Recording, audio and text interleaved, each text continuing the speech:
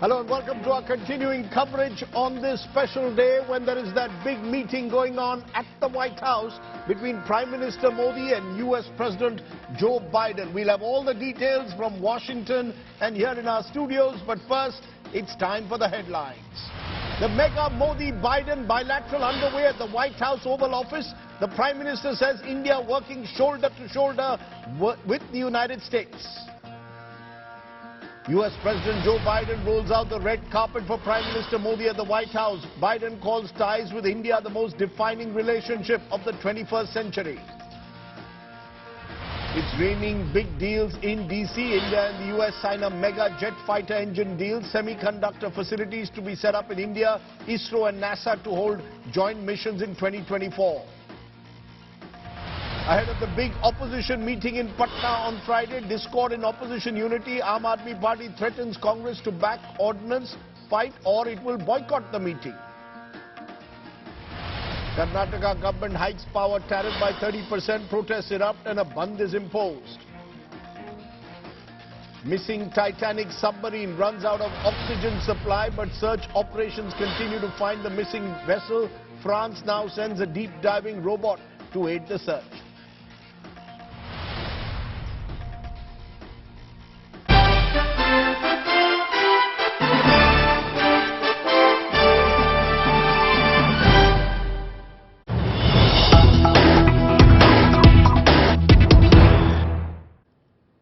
But the big story at this moment, Prime Minister Narendra Modi and US President Joe Biden in the middle of a big bilateral at the White House. This is the one-on-one meeting between the two principals that's taking place at the moment. The two leaders have said we are bound by democratic values. Prime Minister says working shoulder to shoulder with the United States. The Prime Minister says the world's eyes at the moment are on India and America. The prelude to this, a series of mega announcements including space technology transfer agreements being signed between the two countries. The Prime Minister has been given a red carpet welcome at the White House and the two leaders had brief statements. We expect a joint statement from them later in this very bulletin. But for now, those are the images that came a short while ago. The two leaders now in the Oval Office. Ahead of that, they were at the White House lawns where they addressed a gathering. Listen in to Prime Minister Modi and the US President. भारतीय समुदाय के लोग अपने talent, कर्मठता और निष्ठा से America में भारत की शान बढ़ा रहे हैं। आप सब हमारे संबंधों की असली ताकत है। आज आपको दिए गए सम्मान के लिए मैं राष्ट्रपति बाइडेन और डॉक्टर जिल बाइडेन का हृदय से अभिनंदन करता हूं। उनका जितना धन्यवाद करो उतना कम है। पोस्ट कोविड काल में वर्ल्ड ऑर्डर एक नया रूप ले रहा है। इस कालखंड में भारत और अमेरिका की मित्रता पूरे विश्व के सामर्थ्य को बढ़ाने में पूरक होगी। ग्लोबल गुड के लिए वैश्विक शांति, स्थिरता और समृद्धि के लिए दोनों देश साथ मिलकर काम करने के लिए प्रतिबद्ध है। हमारी मजबूत स्ट्रेटेजिक पार्टनरशिप डेमोक्रेसी की ताकत का स्पष्ट प्रमाण है। We spent a lot of time together going back to when I was Vice President and you had just become Prime Minister. And since I've become President, we've continued a relationship built on mutual trust, candor, and respect. The challenges and opportunities facing the world in this century require that India and the United States work and lead together, and we are. With your partnership, we've invigorated and elevated the Quad between the United States, India, Australia, and Japan to advance our vision of a free, open, secure, and prosperous Indo-Pacific. Decades from now, people will look back and say the Quad bent the arc of history toward global good, as the Prime Minister describes it. So a new alliance, a history, signaling a new partnership between the two countries. What does all this really mean? That's what we're going to decode over the next hour. My first guest is Ashwini Vaishnav, IT and Railways Minister in the Government of India. Appreciate your joining us, Mr. Vaishnav. How do you see the slew of deals that have been signed between the two sides? NASA, ISRO coming together for a joint mission, GE coming together with HAL, and majorly the technology transfers that are taking place. How do you see what is transpiring in the United States at the moment, Mr. Minister? Rajdeep, there are two aspects to this. First aspect is about technology transfer. Multiple technologies which are very important for the country. These technologies which were not available so far will be available to India going forward.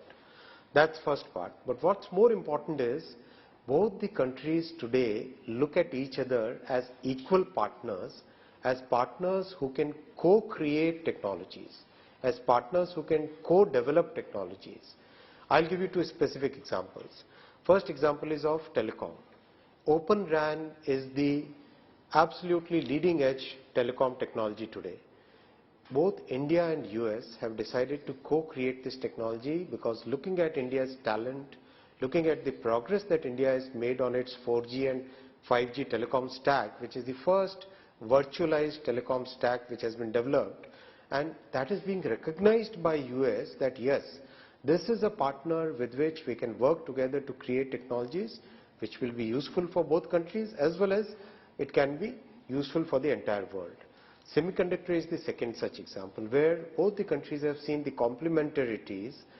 The US government has clearly seen the talent pool that we have, the consistent policy base that we have created, and our focus on developing a complete comprehensive ecosystem. So sector after sector we are looking at co-developing, co-creating technologies. But That's are you what seeing, Rajdeep important point. no, but are you seeing this therefore, the technology transfers as a sign that the two countries are forging a relationship that goes well beyond anything that has happened in the past? In that sense, a defining moment, because there will be those who will say this is transactional, business-driven, America looking for business opportunity. Is this more than just that? Rajdeep, this is certainly very much beyond a transactional moment. This is certainly a defining moment. This is a very significant milestone in India's standing in the world, the way India is recognized in the world. When a country like US takes India as a strategic partner, recognizes India as a partner who can develop technologies together, recognizes and accepts India's foreign policy as an independent foreign policy where national interest has been given the primacy, where the focus has been on having an independent and logical thought process. That's what the defining change, in my view, Rajdeep, is. Are you also seeing, though, that the asymmetry of power that existed at one time, certainly between the United States and India, changing? Because it has been seen for the longest time that the US, by and large, dictated terms to India when it came to any partnership. Has that changed? Are we now a partnership of equals with no asymmetry of power, Mr. Minister? Rajdeep, I think that is clearly visible. The example that I gave to you, Open RAN in telecom, the semiconductor example, the way the jet engine technology partnership, technology cooperation has been structured, space technology, the cooperation, the kind of forward-looking thought process that we have, that clearly demonstrates, very clearly shows that both countries are today looking at each other as partnership of equals, a partnership which can create value for both. And do you see this partnership extending to a slew of other sectors, including information technology, infrastructure? Will it be largely confined to a few areas in your view, or spread across sectors now? Rajdeep, we are definitely hopeful that this visit will bring a significant change in the way US industry looks at India. We have seen in the recent past how Apple had decided to make India as a very important base. We have seen recent past so many other sectors where India is today seen as a very important value chain, a trusted value chain partner in a world which is very, as you know well, world where uncertainty is so big. In that uncertain environment, India is seen as a very trusted and a very stable global value chain partner. So I am very hopeful, and I do believe that this visit, this significant visit, will make a big difference in the way world perceives India. Mr. Minister, thank you very much for joining me here. At the top of the news, you're saying that this is a defining moment because the nature of the partnership, in your view, has changed significantly. Appreciate your joining us here on the news today. Let's raise those big questions. Have Indo-US ties now been taken to an entirely new level? Is containing China the main aim as the two countries sit on this one-on-one? Are technology transfers there at the heart of the relationship now? What about issues like Ukraine, democratic freedoms? Are they still sticking points in a full-blown relationship? Those are some of the questions we'll raise. With me in the studios is Raj Chengappa of India Today. Appreciate Mr. Chengappa joining us. He's tracked many a meeting of in foreign affairs. Nirupama Rao, former foreign secretary, will be joining us. I've also joined from the United States by special guests. I'm joined by Arun Singh, former Indian ambassador to the US. Edward Luce, US National Editor, Financial Times, will join me. Raymond Vickery, CSIS, Washington, D.C. Daniel Block, Editor, Foreign Affairs Magazine, also with us. But first, you, Nirupama Rao, former Foreign Secretary. You've served as an ambassador to the United States as well. Your sense, is this a defining moment, as is being suggested? Thank you, Rajdeep. I definitely think it is a defining moment, and I was particularly struck by President Biden's statement just a few minutes ago about bending the arc of history to the global good, which is what India and the United States are engaged in. I also think that technology is, in a growing way, becoming the core of the strategic partnership between India and the United States. And it also, with that, I feel, will come the augmentation of India's comprehensive national strength. It strengthens India's capacity as a balancing force in the Indo-Pacific. And most importantly, I believe it spells a deepening in a very profound manner of the India-US partnership, this partnership between two of the world's greatest and largest democracies. May I ask you though, ma'am, since you served also in the Manmohan Singh government as Foreign Secretary, are you seeing, Nirupama Rao, a continuum? You know, the focus today is on Mr. Modi and Mr. Biden. Should we turn the clock back in some way to Manmohan Singh and George Bush opening up with the Civil Nuclear Cooperation Agreement that opened the way, in a way, for defense cooperation and technology transfers, which today are getting actualized? Should we see it as a continuum, or should we give the credit largely to the two principals who are meeting today in the Oval Office? Well, I think diplomacy is like a river that flows, and there are many bends, obviously, in the river. But I believe that what you see today is, in a way, a growing sense of purpose and a much sharper sense of direction in the India-US partnership. And I think you have to give credit to the Modi government for that. Nirupama Rao joining me there. I appreciate your joining us. We are going now straight to the White House, where Rahul Kanwal joins us at the moment. Rahul, at the White House, what is the sense you get? We have a joint statement likely in a short while from now. The two principals likely to take a couple of questions. What is being seen as the big highlight so far for you of the visit?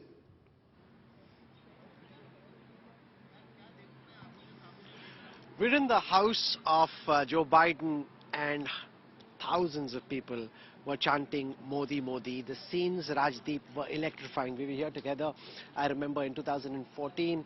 And one would have thought that you've seen it all. You've kind of, there's a sense of deja vu. There's no howdy Houston this time. There's no need for a Madison Square Garden. They virtually turned the south lawns of the White House into an area where there's a political rally taking place.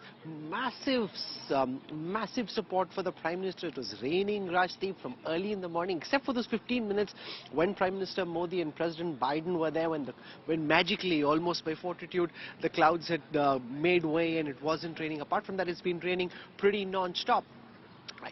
The security officials we were speaking to, the other American journalists who are part of the White House pool we were speaking to, say the only time they've seen anything similar, not quite what we saw, but something along these lines, was when the Pope had visited the White House. Apart from that, no matter who the world leader may be, no one has seen scenes like this. There was part amazement, part bewilderment on the faces of those who are regulars over here when they saw that there were Bollywood numbers that were playing in the White House, there were English songs that were playing.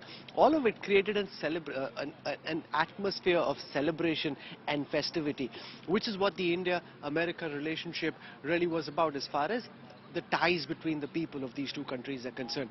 On the substantive side, Rajdeep, the fact that America is now willing to give GE F414 jet engine technology, which is not shared even with alliance partners, and despite the fact that India isn't part of any formal alliance with the United States, nor is it ever likely to be, for America to be willing to make such critical technology available to India shows how these two countries realize that their enemy is across the Himalayas. The enemy country is China, and that's the common geopolitical threat both Delhi and Washington DC are facing at this moment, which is what is bringing these two countries, these two democracies together in a way that hasn't been possible.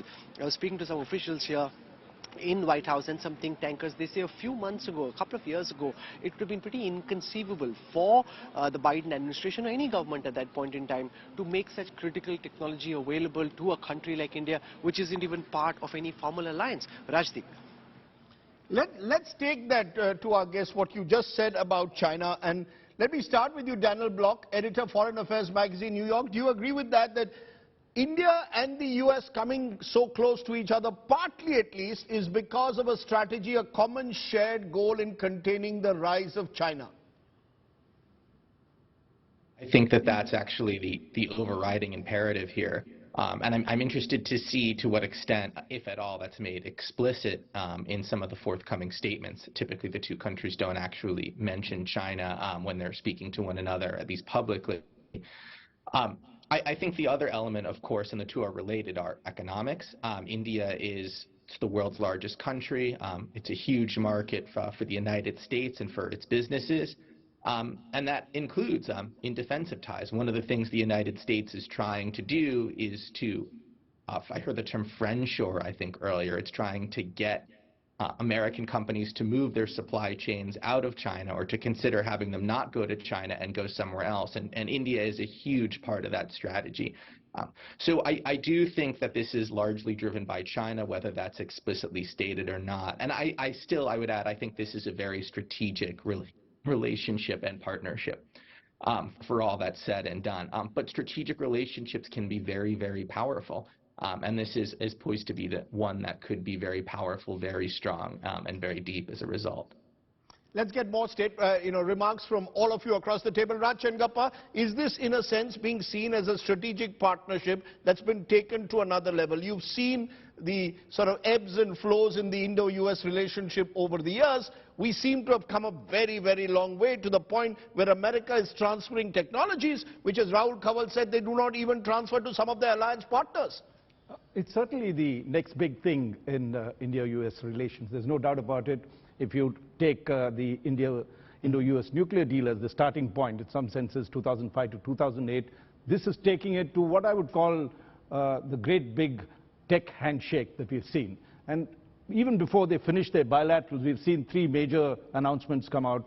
The signing of the jet engine deal with GE and HAL. You have the semiconductor deal with Micron. And of course, very interestingly, and my favorite area, the Artemis program in terms of space and, How exciting is that for you? NASA and ISRO coming together to go for a joint space mission. Really, I mean, look, I was just speaking to the ISRO chairman at in Trivandrum, and you were there as well, where we talked about how we are struggling with our Indian manned mission that's there, and he has difficulty in getting a lot of things done. I think this is, the Artemis program intends to put America back in the moon, manned missions to the moon by 2025. And also, they've also promised us a place in the space station. So what we're going to get is astronaut training that we would have found great difficulty in getting earlier. So it's a very exciting development. I'd also say that the engines, jet engines, look, we had tried building these engines and we know we've failed. The Kaveri was a failed project. And I think this is a huge leap.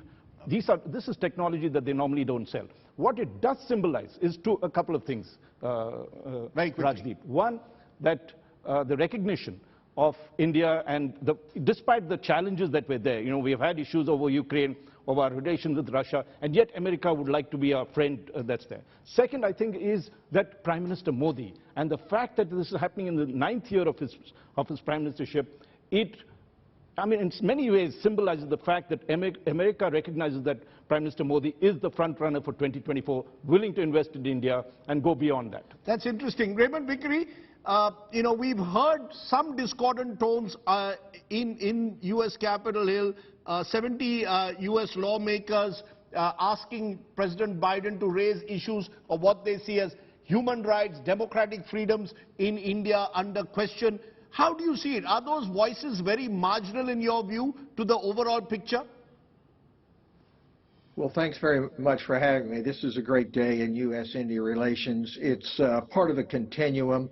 When I was in government in the Clinton administration, India decided to dismantle its license Raj. President Clinton went to India. It was very well received in the parliament. And that has continued through Republican and Democratic administrations alike. Your guests have talked about the U.S.-India civil nuclear deal, which I worked on. I think that the really good news is that across the political spectrum in the United States, whether it be Republican or Democratic, there is very, very strong support for the U.S.-India relationship, and that goes for the Congress as well. As you know, the Prime Minister will address a joint session of Congress. You mentioned the 70 members who have raised human rights. That, to me, is not an indication of weakness in the relationship. It's an indication of strength. The fact is that we are both imperfect democracies, and the price of democracy is eternal vigilance and working to improve it. As President Obama used to say, to make us a more perfect union, as is set forth in our Constitution. So yes, there are problems on both sides. We have our problems in terms of racial and religious discrimination. India has theirs. These are not to be swept under the rug. And it is, to me, an indication of the depth of the friendship that both sides are able to raise these issues and work to resolve them, rather than just saying, well, the enemy of my friend, he becomes my friend. If we both have the same enemy, China, then we're friends. That's not enough. The economic portion of the relationship you've described is going forward, but there's still a lot of barriers to be done. And to look at this just as sort of the culmination and everything is going to be great from here on out is not the case. The question is, what are these agreements and what is this relationship for? And I would say that that's where values come in, and the values are in fact interests of both the United States and India, and they are peace and prosperity, and not just peace and prosperity within one country or on our borders, but throughout the world. That's what a great nation does, and that's what India is. You know, interestingly, Ed Luce of the Financial Times, you've written a piece that is very nuanced, and you seem to suggest the risk is that all things China measure produces the opposite of what Biden wants, who had said democracy and human rights will be at the center of foreign policy. And you seem to suggest that the second problem with Biden's charm offensive is that it misreads how much India also needs America. The false impression is that India has all the cards. You want to expand on that? Do you really believe that this relationship that is now operating at multiple levels is only about China? No, I don't think it's exclusive to China. China is the most important sort of driving element, particularly with the defense industry technology transfer we're seeing, which really is unprecedented. It's quite dramatic. I think China drives that. I guess America's impatience to see India reduce its reliance on Russian military supplies is also part of that motivation. But no, I don't think China is the whole thing. I think it's extremely important for the United States to develop closer economic and people-to-people ties with what is now the largest country in the world and the fastest growing big economy in the world. India this year and probably for the next 2 or 3 years is going to be growing faster than China, which we've never really seen in recent decades. So all of that is rational. I think the difficulty here is that Biden has set himself a measure of his foreign policy, which is it's all about democracy versus autocracy, and human rights is at the heart of his foreign policy agenda. And under Narendra Modi, we have seen democratic backsliding in India. There is nothing the United States can do about that. And in fact, anything it's likely to say about that would probably be counterproductive. But the fact that he is giving Modi the most glittering, not just any Indian leader, but Narendra Modi, the most glittering of receptions, by far the sort of most lavish state dinner so far of Biden's presidency, is I think going down badly in some quarters. It clashes very directly with the value statements that Biden has set out for himself at the beginning of his term. Whether the U.S. has as few cards in this India-U.S. relationship that it seems to be indicating that it has is, I think, also questionable. I think that China poses a more direct and immediate threat to India than it does to the United States. India needs this defense cooperation. It needs the Quad, just as America needs the Quad, but I think India needs it more. So I think that Biden is bending over too far backwards for Modi, and I'm not sure that he needs to. Let's now look at this from taking off from something that Ed Luce there said. India as an emerging economy, India as growing faster at the moment than China at the moment, even though China a much bigger economy. Where does that, has India's time come? Arun Singh, former envoy to the United States, joins us.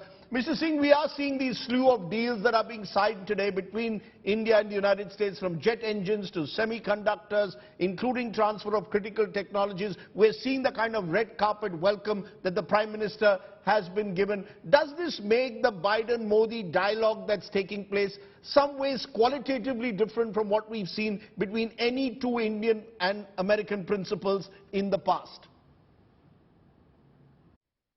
So I think the big takeaway is that this is a follow-up to the major initiative that Prime Minister Modi and President Biden had launched in May last year, which was followed by the two national security advisors in January this year. This is the initiative on critical and emerging technologies. And this partnership in artificial intelligence, quantum, semiconductors, commercialization of space, defense, it has now become the organizing framework for the relationship at this stage. So building on what was done since the Civil Nuclear Cooperation Agreement was signed, the two countries are now poised to take the relationship to another level of technology partnerships. And that's why you're seeing now the announcement related to semiconductors. You're seeing announcements related to GE being authorized now to move ahead with doing transfer of technology and production in India. And this is something that had never happened before. In fact, in 2014, some conversation had started on this, and the US government at that state had stopped it. But so now it is a signal that there is a growing confidence in the relationship. And as you saw in the Prime Minister's interview to one of the newspapers, he said now there is a lot of trust between the leaders of the two countries. So growing confidence, growing convergence of interests, and then therefore willing to partner at even higher levels of technology.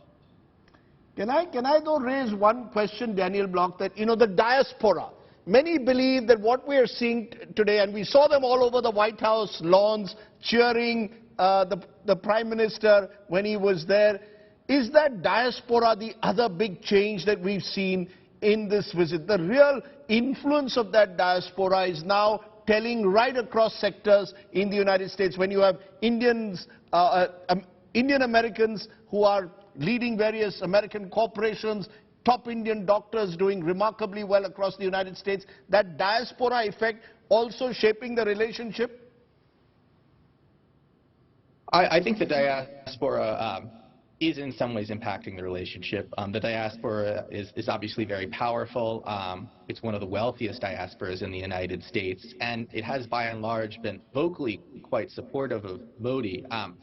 Having said that, at the same time, I would say that in recent years that's been counteracted to some effect by progressive groups that are increasingly critical of the Prime Minister, are openly urging the Biden administration to take a harder line against India, or at least, as Edward Luce was saying, to praise the Modi government less.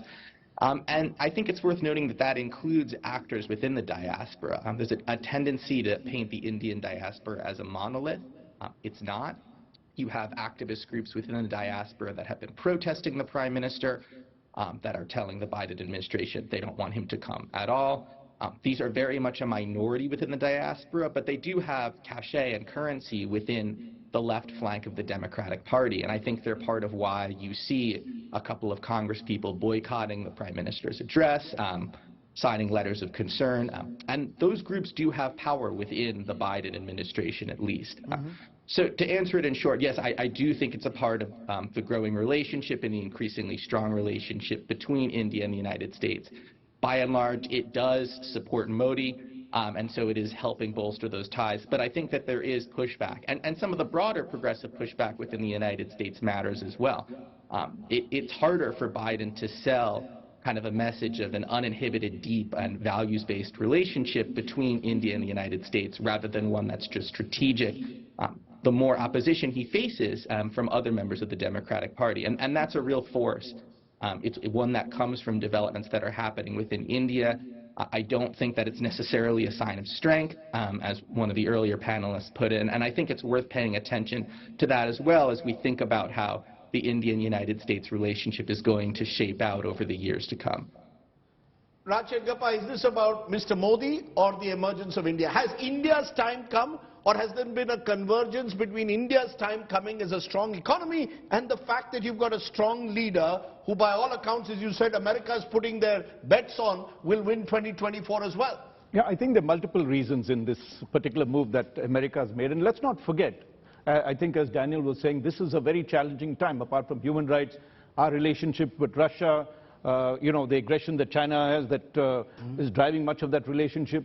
And other, even on trade, for instance, we have really not progressed beyond a certain point with the US on that. If you recall, the US had passed, removed the GSP, as well as raised tariffs. Then we had a huge trade, almost like a trade war with the US during the Trump period, which is supposed to be the time that relations were supposed to flower. So what we are seeing is quite remarkable, that these countries, particularly from the American side, that they've set aside all these to engage with India in a huge way.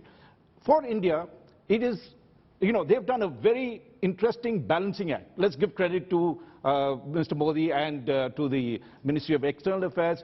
At a time when we are at a sweet spot. We are able to keep our relations with Russia. We're not hedging all our bets or putting all our eggs into the American basket. We have still a lot in Russia.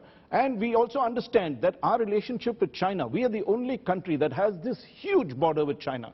We cannot afford to get into an American front, because whether it's Japan, whether it's Korea, they have entered into an alliance with America that will come to their rescue. We have to defend our borders. So our game with China, I believe, though this is the driving force of what is happening, we have to play those cards well. It is a tricky game. So far we played well, but we have to watch out. Ed Luce, is this about Mr. Modi? Is it about the emergence of India as a growing economic power? Both. I mean, you know, the Indians, the Indian economy, I think, was projected recently by The Economist to reach the size of America's economy by 2075. Now, that might sound like a long time away, but the passage of getting there is going to sort of be felt a lot sooner than that. So it's becoming a reality. India finally is sort of emerging as a big regional power and potentially a global power. But you know, there has been a dramatic change in Indian politics in the last few years, and the term illiberal democracy or electoral autocracy or flawed democracy, these are bandied about quite a bit, much to the annoyance of Narendra Modi and Subramaniam Jaishankar, the foreign minister. But I think they're justified, and I think they do cause disquiet amongst those friends of India who see India's diversity, secularism, just sort of sheer natural dissenting culture to be an enormous attribute, an enormous strength in a complex, globalized, diverse, dissenting world.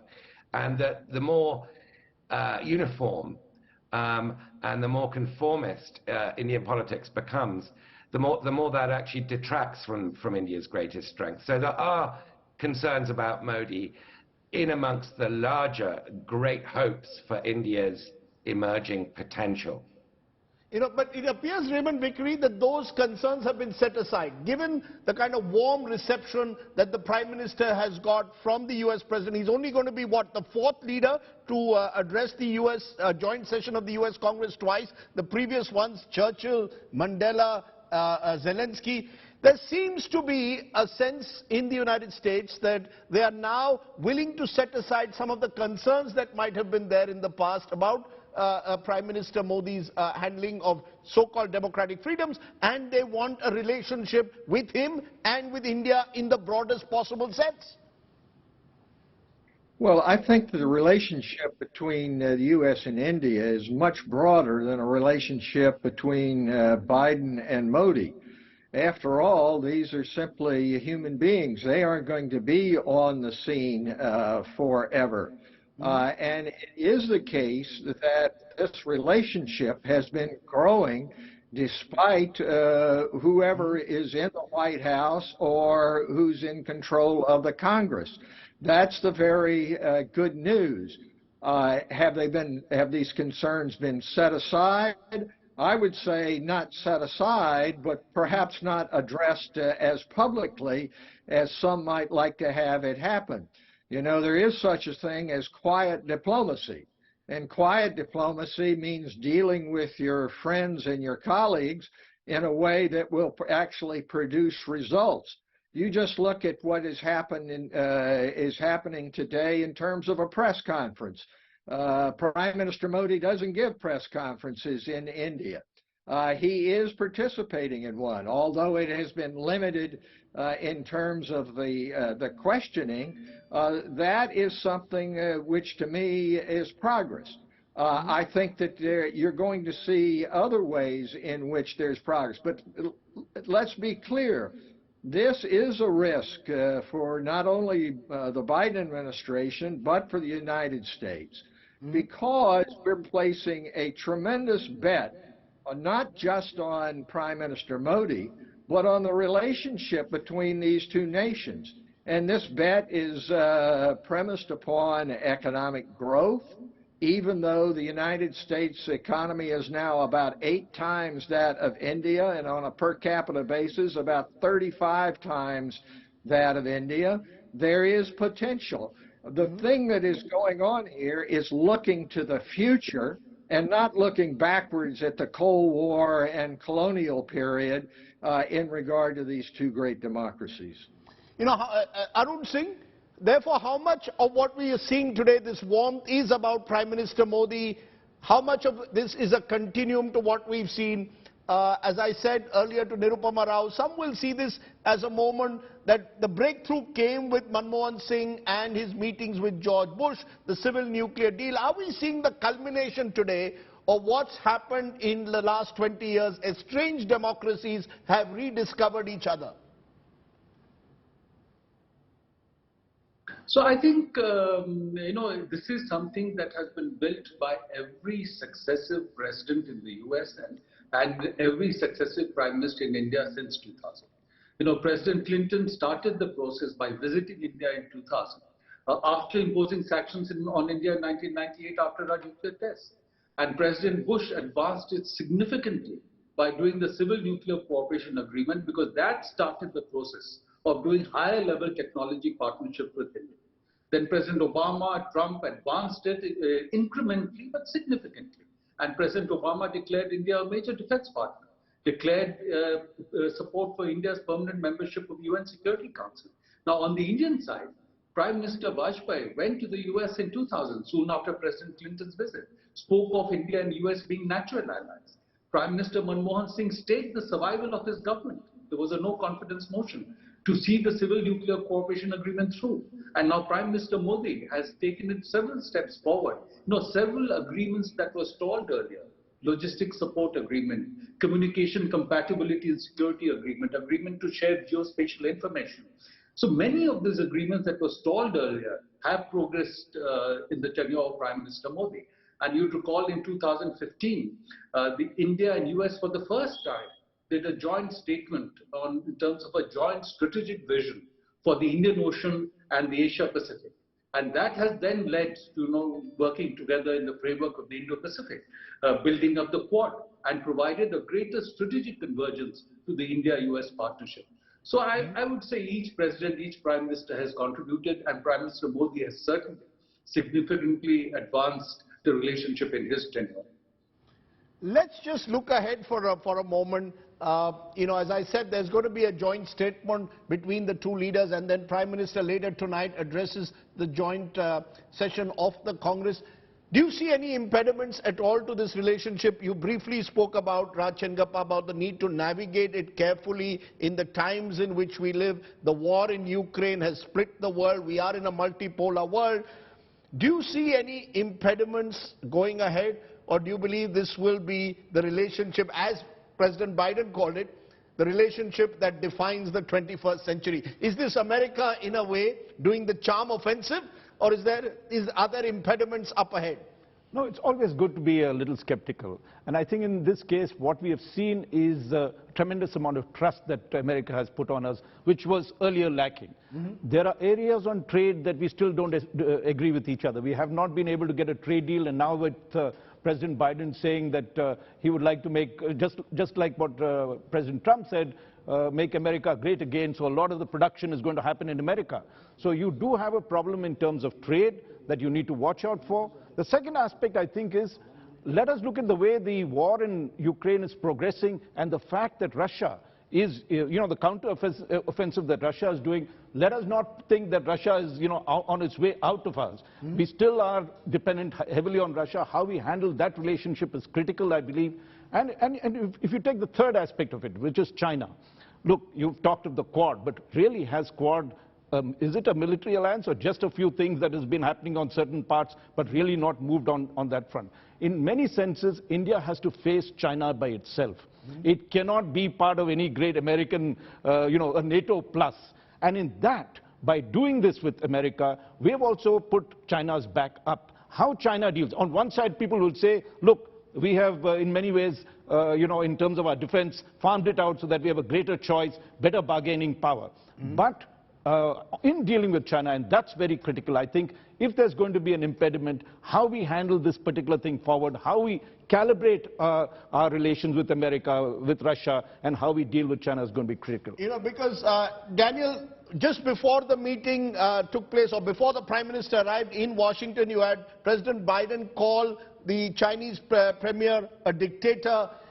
It almost seemed as if the United States was sort of weighing its options and putting India squarely in its larger orbit and almost signaling to China. Is that going to be, looking ahead, still a big impediment to a full-blown relationship? Because how can you deal with how can the United States afford to antagonize China beyond a point?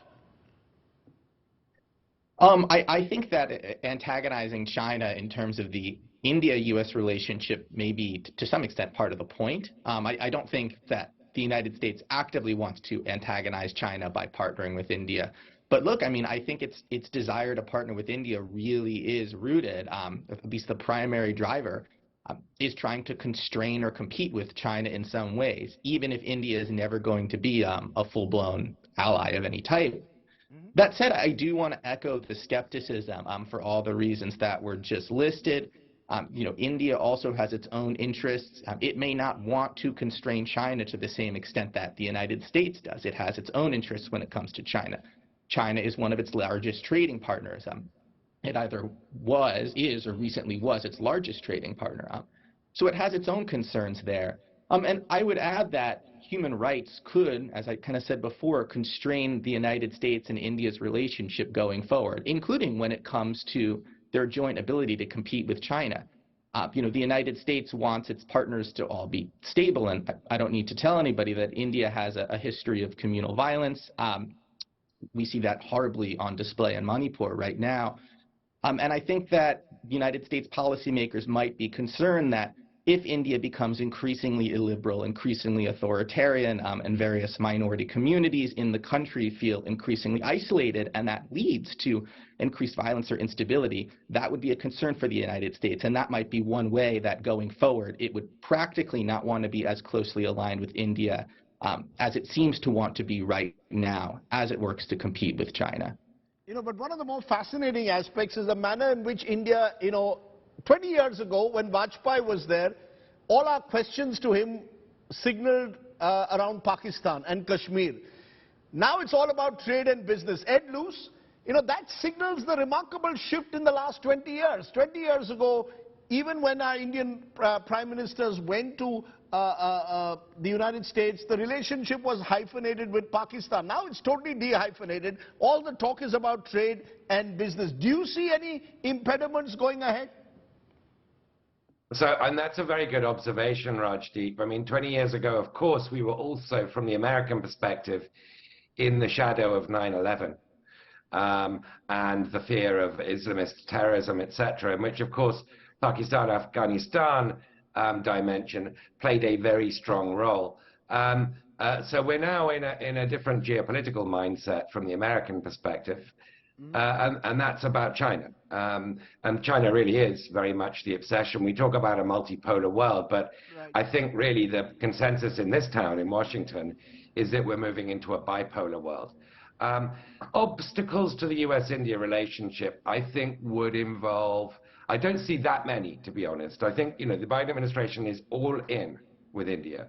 And we're seeing that demonstrated very strongly today. But obstacles, I think, misreading what this strategic partnership would be. India is not going to become a formal treaty ally of the United States. The United States is used to allies like Canada and Britain and so on.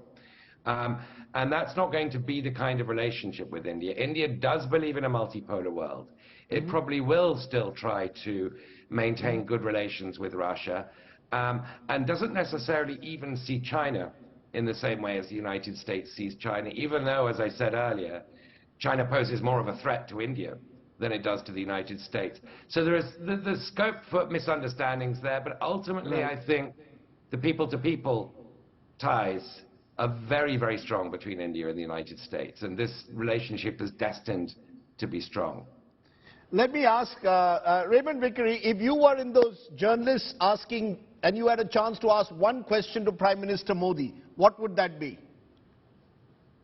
I think the question would be, what do you see as the practical way in which the values of democracy are going to be furthered by India, not just in terms of keeping China away from its borders, but in building peace and prosperity throughout the world? What practically is India going to do? If it is a great power, and I believe that it is approaching great power status, what is its vision for democracy, the rule of law, international peace and stability? Okay. What's the one question that Raj Chengappa you would ask Joe Biden if you were there in the White House today? One, I would like to see just how much technology transfer you're giving. We haven't really analyzed each of these things. What is the percentage of technology are really sharing on this front? And the other, well, I would say that does he see, one of the things we've noticed about Indo-US relations, particularly US-China relations, is it keeps switching from one end to the other. Is there any possibility that we'd be left, on the high and dry as America suddenly patches up with China and a new deal that we saw happen in the Nixon period, we saw to some extent in Obama and others, where a softening, and Trump also. Is that going to sort of happen in some ways? That's what the major concern is. Either way, I think what we are seeing is the reshaping of a relationship in a manner that few would have scarcely imagined just 2 decades ago. And that, in a way, is significant. Prime Minister Modi, some would say, is at the right place at the right time. As India emerges as a major economy and the United States looks to contain China in a multipolar world. Will it be beyond that? Well, we'll wait and see how this plays out in the years ahead. But I thank all my panelists for giving us a sense of the larger picture, which is always very useful. Let's leave you with images on this day when India is the flavor of Washington. All across Washington, it was the tricolor which was being seen as the two leaders joined hands together at the White House with a large contingent of Indians in the audience. Let's leave it there. Thanks very much for watching. You stay well, stay safe. Jai Hind, Namaskar, Shubhratri. Expect a joint press conference in a short while from now. Thanks for watching. Bye for now.